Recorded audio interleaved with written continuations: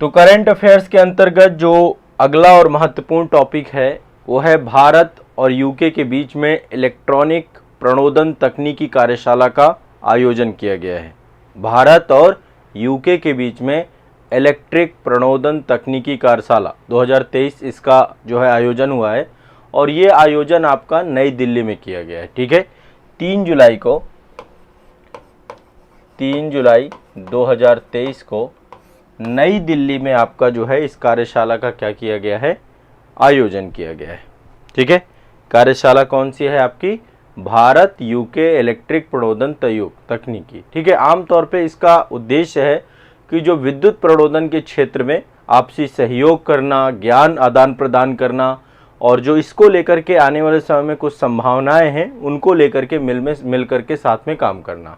तो इस पूरी जो कार्यशाला थी, वर्कशॉप थी, इस वर्कशॉप में भारत की तरफ से राजीव प्रकाश जी थे और राजीव प्रकाश जी संयुक्त सचिव हैं हमारे नौसेना प्रणाली के। ठीक है, राजीव प्रकाश जी हमारे ये नौसेना प्रणाली के संयुक्त सचिव हैं और यूके की तरफ से वहाँ के जो कमोडोर थे जॉन वोयाश और नौसेना बेस के कमांडर उन मिल करके इन्होंने इस पूरी की पूरी वर्कशॉप को जो है आयोजित किया। ठीक है, तो भारत और यूके के बीच में इलेक्ट्रिक प्रणोदन तकनीकी की कार्यशाला का आयोजन नई दिल्ली में हुआ है।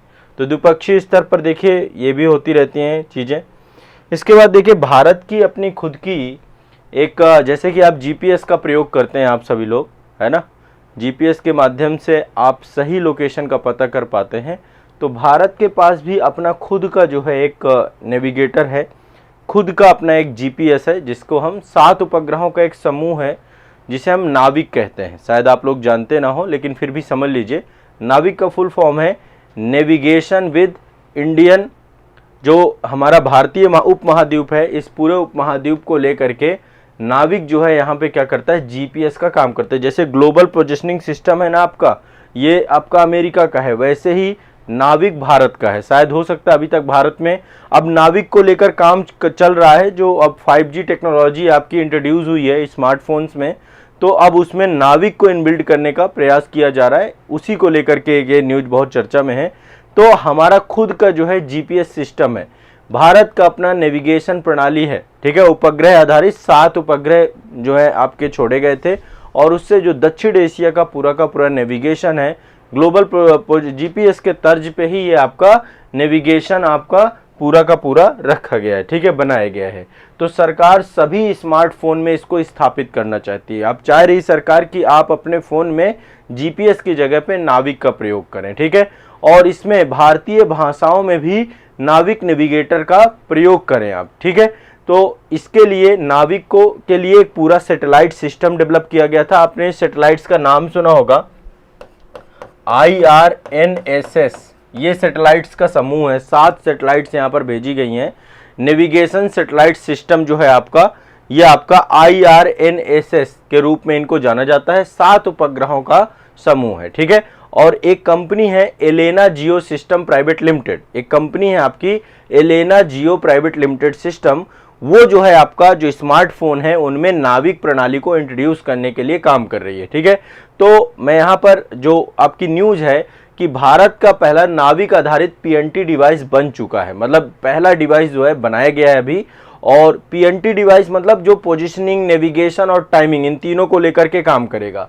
और ये आपका बनाया किसने, एलेना कंपनी ने ही बनाया है। एलेना कंपनी का पूरा नाम है एलेना जियो सिस्टम प्राइवेट लिमिटेड। इस कंपनी के द्वारा भारत के देखो जितने भी स्मार्टफोन आने वाले समय में आएंगे वो नाविक के तहत चलें। जीपीएस ये एक बहुत बड़ी उपलब्धि है। ठीक है, तो जो है एलेना कंपनी के द्वारा भारत का पहला नाविक आधारित पीएनटी डिवाइस प्रस्तुत किया गया है। पीएनटी डिवाइस जैसा कि मैंने आपको बताया, जिसमें पोजीशनिंग, नेविगेशन और टाइमिंग तीनों को जो है सम्मिलित करके, इसका निर्माण बेंगलुरु में स्थित है आपकी ये एलेना जियो सिस्टम जो है आपकी, ये एक स्पेस टेक्नोलॉजी कंपनी है। ठीक है, जो अंतरिक्ष अनुसंधान के साथ साथ जो है तकनीकी के साथ जोड़ करके चीज़ों को करती है। तो पीएनटी डिवाइस जो आपकी बन गई है, इस पीएनटी डिवाइस एक तरीके का 5G मोबाइल फ़ोन और नाविक चिक दोनों को इंट्रोड्यूस किया गया है और नाविक उपग्रहों के साथ संचार करने में ये पीएनटी डिवाइस क्या होगी, सक्षम होगी। तो ये मोबाइल फ़ोन के साथ इस चिप का प्रयोग किया जाएगा और इसके तहत जो है आने वाले समय में जीपीएस की जगह ये नाविक ले लेगा। तो भारत के लिए एक बहुत बड़ी ये भी आप समझिए कि उपलब्धि होगी कि जब हम जीपीएस में जितना अभी देखते हैं, जो आपका चाहे गूगल मैप यूज कर रहे हो, गूगल अर्थ यूज कर रहे हो, लोकेशंस पता करनी है, उन सब के लिए हम जो है अभी जीपीएस के लिए पूरा तरीके से भरोसे में है। अब ऐसे में नाविक का आ जाना भारत के लिए बहुत ही महत्वपूर्ण होगा और हम इससे अपना डेटा लोकलाइजेशन से लेकर के बहुत सारी विषयों पर हम एक बहुत ही सशक्त राष्ट्र के तौर पे उतरेंगे। तो भारत ने अपना जो है ये बना लिया है, इसको ध्यान रखिएगा। एलेना जियो सिस्टम प्राइवेट लिमिटेड जो है एक अंतरिक्ष प्रौद्योगिकी कंपनी है। इसके संस्थापक लेफ्टिनेंट कर्नल BS वेलन थे और नाविक उपग्रह चिप का उपयोग करके नेविगेशन, ट्रैकिंग और निगरानी समाधान को लेकर ये काम कर रही है। ये गैर सरकारी कंपनी, एक प्राइवेट कंपनी है। हेडक्वार्टर इसका बंगलुरु कर्नाटका में है। ठीक है, तो यहाँ पे 2-3 चीजें जानने वाले हैं। हम जीपीएस को रिप्लेस कर रहे हैं नाविक के माध्यम से। नाविक अब हमारा इंडिया का खुद का नेविगेटर है। इसके तहत ये काम अभी एलेना जियो सिस्टम प्राइवेट लिमिटेड के द्वारा किया गया है और नाविक जो है ये भारत का एक खुद का अपना नेविगेशन प्रणाली है। ठीक है, सिंपल सी बात है, क्लियर है, स्पष्ट है, बहुत बढ़िया सा है। ये वाला क्लियर है कि नहीं क्लियर है, बताइए क्लियर है कि नहीं क्लियर है। ठीक है, पीएनटी डिवाइस जो है ना, अब इसका लगातार मोबाइल फोनों में प्रयोग किया जाएगा। देखो पीएनटी डिवाइस जो है ये नाविक के साथ संपर्क साधेगा और इसको मोबाइल के साथ यदि हम सेट कर देंगे तो अभी कई सारी कंपनियां हैं। एक 5G राइनो डिवाइस करके कंपनी है, प्रधानमंत्री जी ने तो 15 अगस्त 2022 को इसको लॉन्च भी किया था, 5G राइनो डिवाइस। तो अब लगातार मोबाइल फोनों में आने वाले समय में आपको ये देखेगा कि नेविगेशन उपग्रह प्रणाली में हमारे भारत का नाविक का प्रयोग किया जाना चालू कर दिया गया है। ठीक है, तो ये भी ध्यान रखिएगा, क्लियर है। नेविगेशन विद इंडियन कॉन्स्टेलेशन, ये आपका नाविक का फुल फॉर्म है, नेविगेशन विद इंडियन। ठीक है, आईसी का मतलब है इंडियन कॉन्स्टेलेशन। ठीक है, ये आपका नेविगेशन विद इंडियन कॉन्स्टेलेशन। ठीक है, ये ध्यान रखिएगा, नाविक का फुल फॉर्म है। क्लियर है, स्पष्ट है सभी को। हाँ चलिए, सभी समझ गए। अगला चलते हैं। अगला ये, हाँ ये नाविक हो गया। अगला जो करंट अफेयर्स है आपका,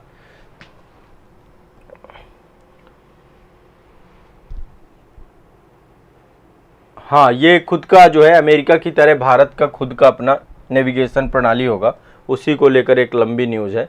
अब देखिए, सुबह सुबह मैंने आपको खाने पीने की चीज़ें दिखा दी। ये एक विशेष प्रकार का चावल है, इसका नाम है जोहा चावल। ये बड़ा चर्चा में है इस समय, जोहा चावल। इसमें बहुत सारे जो है आपके विशेषताएं हैं इस चावल में। अब देखिए, अब तो जो भोजन है ना आपका, उसको पोषण युक्त किया जा रहा है। शरीर में आपके यदि किसी भी पदार्थ की कमी हो रही है तो उसके लिए चावलों के माध्यम से, अब जैसे कि आंखों को लेकर के ही रोशनी कम होती है तो उसके लिए भी बहुत सारे चावल ऐसे डेवलप हो रहे हैं जिनमें विटामिन ए की पर्याप्त मात्रा हो, उनको इनकोडेड किया जा रहा है उससे। तो ऐसे ही एक जोहा चावल है। ठीक है, ये भारत के पूर्वोत्तर क्षेत्र में पाया जाता है। कहाँ पाया जाता है? हमारे पूर्वोत्तर भारत में। ठीक है, अब इस चावल की विशेषता क्या है? जैसे शरीर के अंदर आपका ब्लड जो है, ब्लड में यदि ग्लूकोज को कम करना है और जो शुरुआती स्तर पर यदि किसी को मधुमेह हो गया है, मधुमेह आप सभी जानते हैं, शुगर का कोई मरीज हो गया, डायबिटिक हो गया है, तो उसके लिए जोहा चावल में ऐसे इंग्रेडिएंट पाए गए हैं जो कि मधुमेह के रोगी के लिए बहुत ही कारगर हो सकता है। ठीक है, एक पर्सन है, एक पर्सन, दो लोगों का नाम लूंगा यहाँ पे, राज लक्ष्मी देवी एक पर्सन है। राज लक्ष्मी देवी ने, ये दो पर्सन थे, एक राज लक्ष्मी देवी और दूसरा परमिता चौधरी। इन दोनों ने मिल करके अपने अनुसंधान कार्य में इस चावल के गुण धर्मों के बारे में बताया है। ठीक है, इन्होंने बताया कि इस चावल में बहुत सारी चीजें हैं, कई सारे फैटी एसिड हैं। ठीक है, और ऐसे फैटी एसिड हैं जिनका मानव के शरीर में उत्पादन नहीं हो सकता है। ठीक है, बहुत सारे एंटीऑक्सीडेंट हैं इसमें, तो इसमें बहुत सारे फेलोनिक हैं, ओमेगा 3 है, ओमेगा 6 है।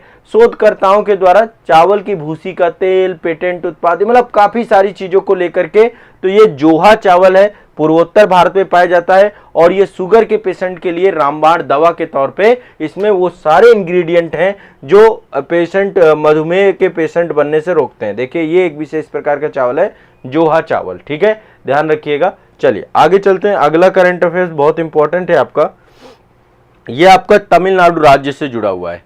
देखो, तमिलनाडु राज्य भारत में नंबर 1 राज्य बन चुका है इलेक्ट्रॉनिक्स निर्यात करने में। इलेक्ट्रॉनिक्स पदार्थों का, इलेक्ट्रॉनिक्स जितना भी सामान है उसका निर्यात करने में अभी जो डेटा है 2022-23 का जो डेटा आया है उसमें नंबर 1 स्टेट हो चुका है। 2022-23 के डेटा में तमिलनाडु क्या हो चुका है, भारत का नंबर 1 स्टेट हो चुका है। तमिलनाडु भारत का नंबर 1 स्टेट हो चुका है निर्यात करने में। ठीक है, देखिए इससे पहले 2021-22 में इसका निर्यात मात्र 1.86 अरब डॉलर था, लेकिन इस बार 2022-23 में 3 गुना बढ़ गया और इस बार जो है ये टोटल निर्यात इसने किया है 5.37, ठीक है, अरब डॉलर का निर्यात किया है। अरब डॉलर का निर्यात किया किसने, तमिलनाडु राज्य ने।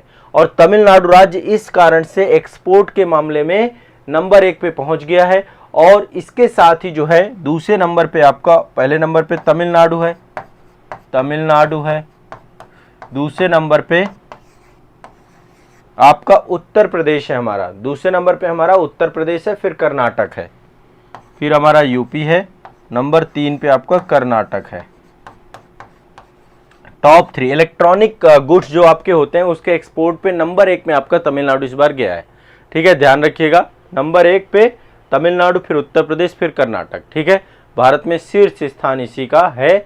और यहाँ पे अत्यधिक इलेक्ट्रॉनिक्स कंपनियों की सक्रियता हो गई है। टाटा इलेक्ट्रॉनिक्स यहाँ पे पहुँच गया है, कई सारी कंपनियां यहाँ पे पहुँच गई हैं। ठीक है, टाटा इलेक्ट्रॉनिक्स, पेंटाट्रॉन, पेगाट्रॉन, ये सारी इलेक्ट्रॉनिक कंपनियों के द्वारा यहाँ पे अभी उत्पादन चालू किया गया था, तो इस कारण से इसका एक्सपोर्ट बढ़ गया था। तमिलनाडु में कई सारी नई कंपनियां बनी थी, इस कारण से इसका एक्सपोर्ट बहुत तेजी से बढ़ गया था। तो तमिलनाडु इंडिया में टॉप एक्सपोर्ट कंपनी, ये देखिए 5.37 बिलियन डॉलर के आसपास इसका एक्सपोर्ट हुआ है। तमिलनाडु नंबर 1, फिर कर्नाटक, उत्तर प्रदेश, कर्नाटक, फिर महाराष्ट्र। महाराष्ट्र चौथे नंबर पे है। क्लियर है भाई, स्पष्ट है, सिंपल सा है। एक अगला करंट अफेयर्स का टॉपिक, ये भी इंपॉर्टेंट है। वंदे भारत एक्सप्रेस के बारे में आप सभी जानते हैं। एक साथ 5 वंदे भारत ट्रेन को हरी झंडी दिखा करके रवाना किया गया है। 5 वंदे भारत ट्रेन को भारत के प्रधानमंत्री जी के द्वारा हरी झंडी दिखा करके रवाना किया गया है। ठीक है, और ये कब किया गया, ये किया गया 27 जून 2023 को। आपको पता है कि हमारा अल्टीमेट गोल यही है कि ज़्यादा से ज़्यादा भारत में जो है सेमी हाई स्पीड या हाई स्पीड जो है ट्रेनें चलें, तो उसमें वंदे भारत एक्सप्रेस एक महत्वपूर्ण ट्रेनों के तौर पे हैं। और 27 जून 2023 को प्रधानमंत्री नरेंद्र मोदी जी के द्वारा 5 वंदे भारत ट्रेनों को, 5 में से 3 को तो वर्चुअल माध्यम से उन्होंने निकाला था। और रानी कमलापति रेलवे स्टेशन, ठीक है, ये आप सभी जानते हैं, एक तो यहाँ से भोपाल मध्य प्रदेश में रानी कमलापति रेलवे स्टेशन यहाँ से रवाना किया। और इस अवसर पर प्रधानमंत्री जी ने ट्रेन यात्रा भी की, बच्चों से संवाद भी किया। ठीक है, और इसमें कई सारी ट्रेनें, एक तो देखिए भोपाल में रानी कमलापति से लेकर जबलपुर वंदे भारत एक्सप्रेस है, एक रांची पटना वंदे भारत एक्सप्रेस है, एक भोपाल में जो है आपका भोपाल इंदौर वंदे भारत एक्सप्रेस है, धारवाड़ बंगलुरु वंदे भारत एक्सप्रेस है, और गोवा में गोवा में मडगांव पड़ती है एक जगह, वहां से मुंबई तक वंदे भारत एक्सप्रेस है। तो अब पूरे भारत में देखो, सरकार का लक्ष्य है कि आने वाले समय में 200 से ज्यादा वंदे भारत एक्सप्रेस चलाई जाएं। तो रानी कमलापति के बारे में आप सभी जानते हैं। रानी कमलापति ये आपका प्राइवेट सेक्टर का, मतलब एक तरीके से प्राइवेट सेक्टर को एक तरीके से रवाना कर दिया, और हाईटेक क्लास इसमें व्यवस्थाएं। ठीक है, अभी नाम इसका बदला गया था, हबीबगंज रेलवे स्टेशन को ही रानी कमलापति करके इसको पूरी तरीके से शानदार रेलवे स्टेशन बना दिया गया था। तो वंदे भारत एक्सप्रेस आपकी अभी कई सारी ये खबर अब आपकी लगातार चलती रहेगी। ठीक है, नेक्स्ट अगला चलते हैं, सागर सामाजिक सहयोग। एक ये मिशन है आपका सागर सामाजिक सहयोग, इसको लॉन्च किया गया है 27 जून 2023 को। 27 जून 2023 को कौन सा मिशन है, सागर सामाजिक सहयोग। ध्यान रखिएगा, लॉन्च करता कौन है इसके, सर्बानंद सोनोवाल। कौन है, सर्बानंद सोनोवाल। ये कौन है, केंद्रीय मंत्री हैं। और इन्होंने जो है, जो हमारे देश में नेविगेशन, जो पोत क्षेत्र है, नौ परिवहन क्षेत्र है, जलमार्ग मंत्रालय, ये जलमार्ग से जुड़े हुए हैं, जलमार्ग मंत्री हैं आपके। तो इस क्षेत्र में जो है कारपोरेट सामाजिक उत्तरदायित्व को नए दिशा निर्देश इसके तहत जारी किए गए हैं सागर सामाजिक सहयोग के माध्यम से। ठीक है, और इस नए जो दिशा निर्देश जारी किए गए हैं किसको, जो हमारा कारपोरेट सेक्टर है। और कारपोरेट सेक्टर के लिए आपको पता है CSR देना जरूरी होता है, सामाजिक उत्तरदायित्व होता है। तो इसके तहत बंदरगाह में सीधे CSR गतिविधियों को संचालित कर सकते हैं कारपोरेट।